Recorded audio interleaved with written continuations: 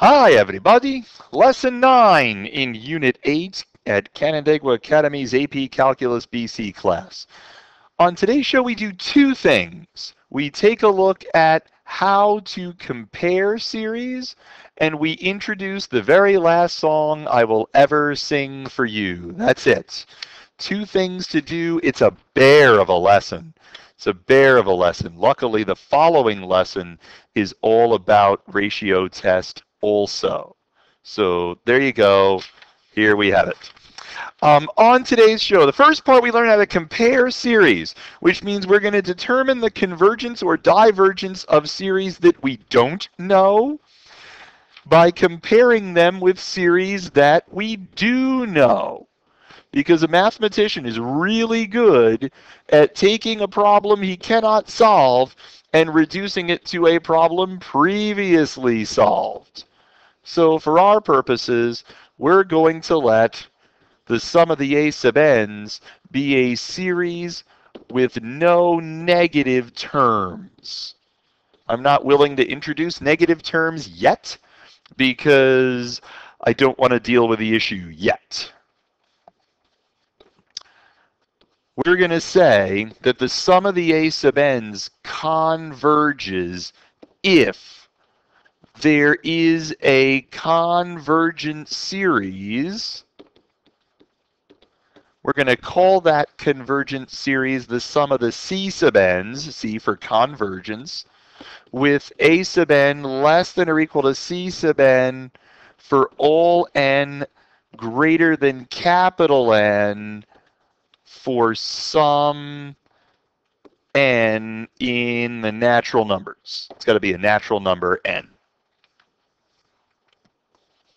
By contrast, the sum of the a sub n's will diverge if there is a divergent series. We're going to call that divergent series the sum of the d sub n's with a sub n greater than or equal to d sub n for all n greater than capital N for some natural number n. What the heck does that mean? That is just plain silliness. Okay, here's the deal. You've got a series that converges, which means that when you add up all the numbers, all the infinitely many numbers, you get a finite answer. And our series that we're interested in, the terms are less than that. The terms of the a sub n series are less than these terms that don't blow up. And there are no negative terms. So it's not like the a sub n's could be negative a trillion. They can't be. So if the c sub n's settle down, and the a sub n's have absolute values that are less than the c sub n's, then the a sub n's must settle down. By contrast, if you have a series that blows up, you add up a whole bunch of terms, and the series gets infinitely large. And our terms are bigger than those. So we have a series that blows up. Our terms are bigger than those terms. Our series must blow up. That's the way it is. That's exactly the way it goes. So that's one of those things that almost makes sense if you think about it. But this is school, so we don't think. Does the sum of the x to the n's over n factorial plus 1 converge for all real x?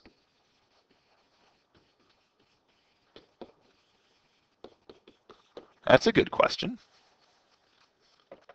Well, anytime I see a sum and there's like a +1 in there or a -3 in there, I start asking myself, could I compare x to the n over n factorial plus 1 with x to the n over n factorial? Does that make sense? Well, what is the sum of x to the n over n factorial? Well, if you substitute 0, you get 1, and if you substitute 1, you get x, and if you substitute 2, you get x squared over 2 factorial, x cubed over 3 factorial, and so on. Folks, does that series look familiar to you? You're darn right. That's e to the x. So here's the thing. I have, what color was it? It was blue. I have a convergent series. This series converges. Our terms are less than those terms for all n. For all n. All the terms of our a sub n series are less than all of the terms of the c sub n series, compared one at a time. Therefore, the sum of the series we're interested in converges for all x. We can compare this to a series that converges. We get a result where our series has to be less than the one that converges. It must converge. Well, by the fundamental law of classroom examples, this will be a divergent series.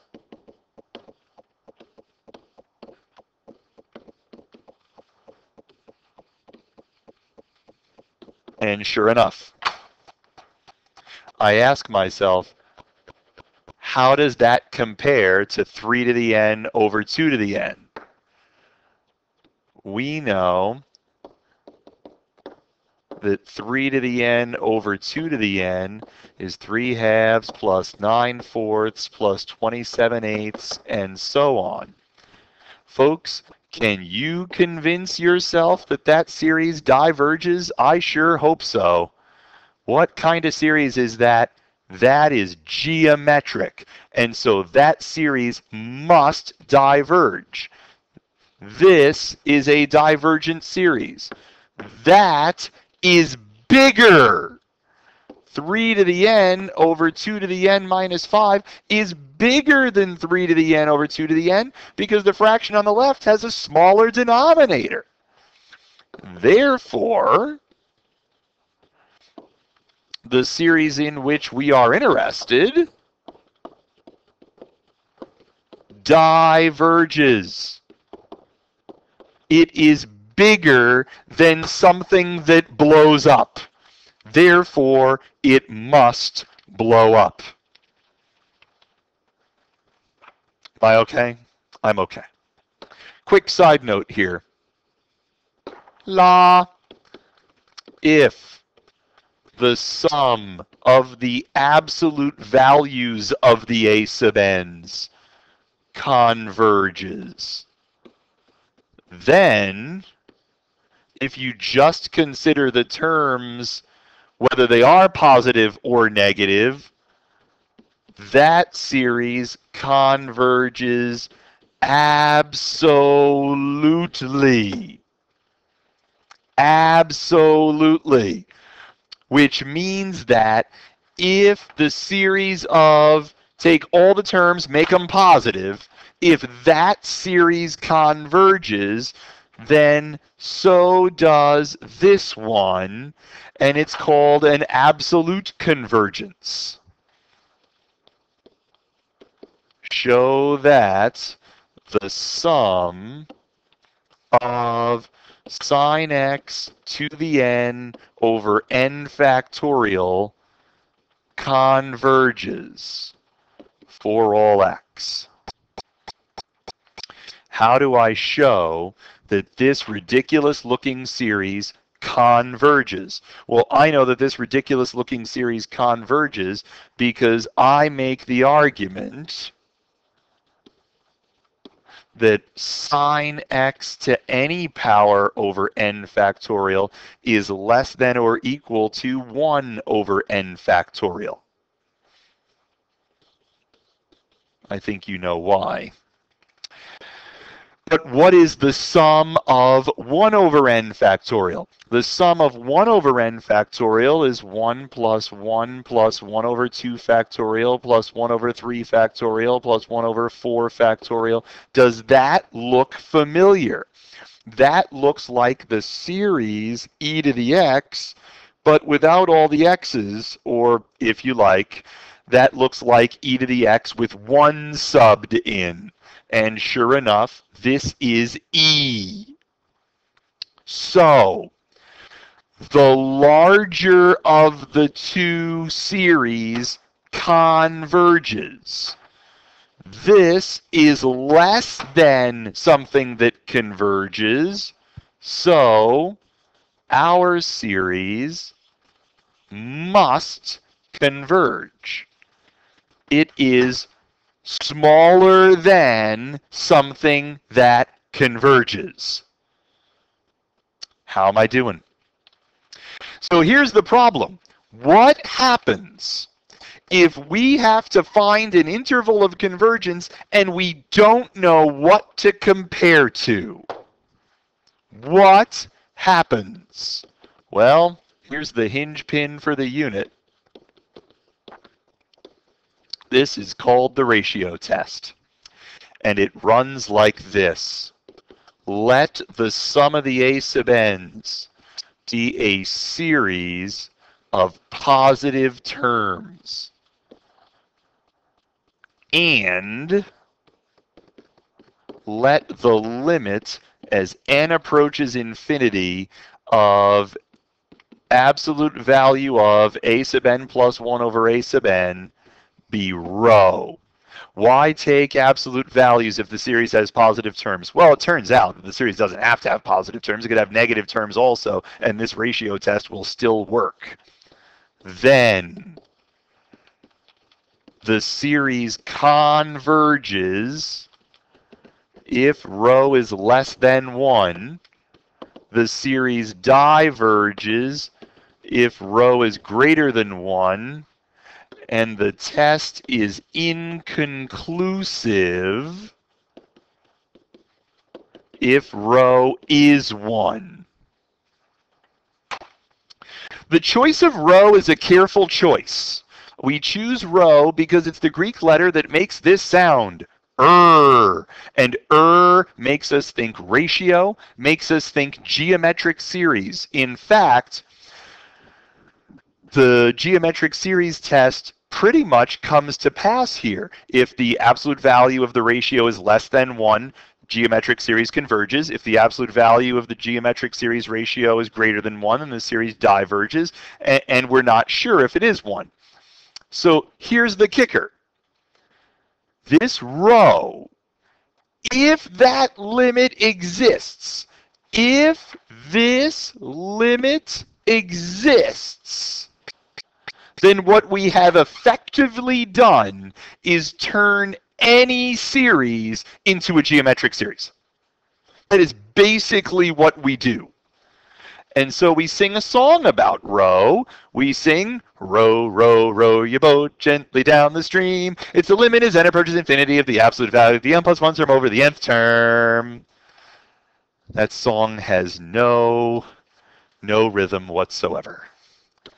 None.